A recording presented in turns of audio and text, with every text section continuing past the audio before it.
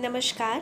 The Bihar teachers history makers मेरा mobile मेरी शिक्षा में आप सबों का स्वागत है। हम पढ़ रहे थे चैप्टर एनिमल रिप्रोडक्शन। इस क्रम में मैंने आप लोगों को बताया था कि एनिमल्स में रिप्रोडक्शन दो मेन प्रोसेस के थ्रू होता है। जो पहला था वो था बाय लेइंग एग्स और दूसरा by giving birth. By laying eggs में कल मैंने आप लोगों को बताया था स्ट्रक्चर ऑफ एग। तो इसी क्रम को आगे बढ़ाते हुए आज हम पढ़ेंगे उन जंतुओं के बारे में जो अंडे देकर प्रजनन करते हैं, जिनमें रिप्रोडक्शन बाय लेइंग एग्स होता है।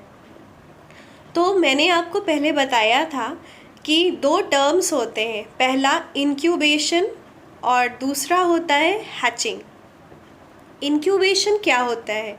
इंक्यूबेशन एक ऐसी प्रक्रिया है जिनमें जो बर्ड्स होते हैं वो अपने अंडों के ऊपर बारी बारी से बैठकर या उन्हें किसी एक निश्चित तापमान वाली जगह पर रख करके उसे गर्माहट प्रदान करते हैं और उसी गर्माहट की वजह से अंडे के अंदर एम्ब्रियो यानी भ्रूण का निर्माण होता है, उसका डेवलपमेंट होता है।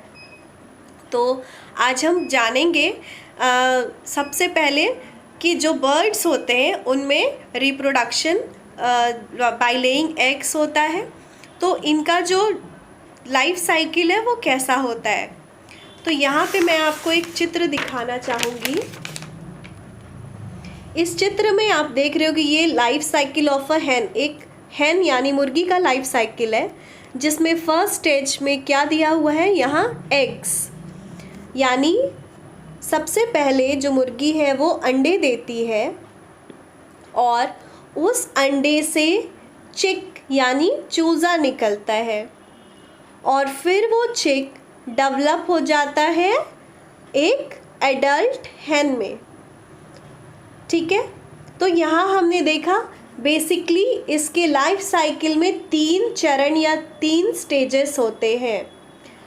तो जो हैन है वो पहले अंडे देती है और उसके बाद से उसको इनक्यूबेट करती है यानी गर्माहट देती है और फिर जब वो गर्माहट देती है तो उसके अंदर चिक का डेवलपमेंट शुरू होता है और जब वो डेवलपमेंट पूरा हो जाता है यानी जो चिक है वो पूरा डेवलप हो जाता है, फुली डेवलप्ड हो जाता है, तो वो बाहर आने की कोशिश करता है और वो चूज़े या चिक वो खुद से अंडे को फोड़ करके बाहर आते हैं और अंडे से चिक के बाहर आने की प्रक्रिया को हैचिंग बोलते हैं। तो जितने भी बर्ड्स हैं, ये सिर्फ हैन या मुर्गी के ही लाइफ साइकिल नहीं, मोस्टली सारे बर्ड्स इसी प्रक्रिया से अपना लाइफ साइकिल पूरा करते हैं और इसी प्रक्रिया से अंडे से बाहर आते हैं, जिसको हम हैचिंग बोलते हैं।